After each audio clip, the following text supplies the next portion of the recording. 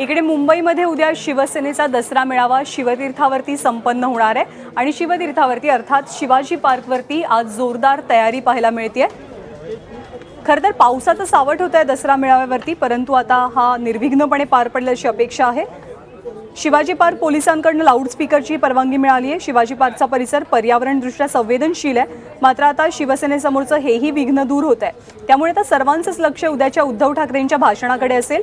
आगामी महापालिका निवडणुका, मराठा क्रांती मोर्चा, त्याचबरोबर व्यंगचित्राच्या वादावरती उद्धव ठाकरे काय बोलणार याकडे सर्वांच्याच नजरा लागल्यात।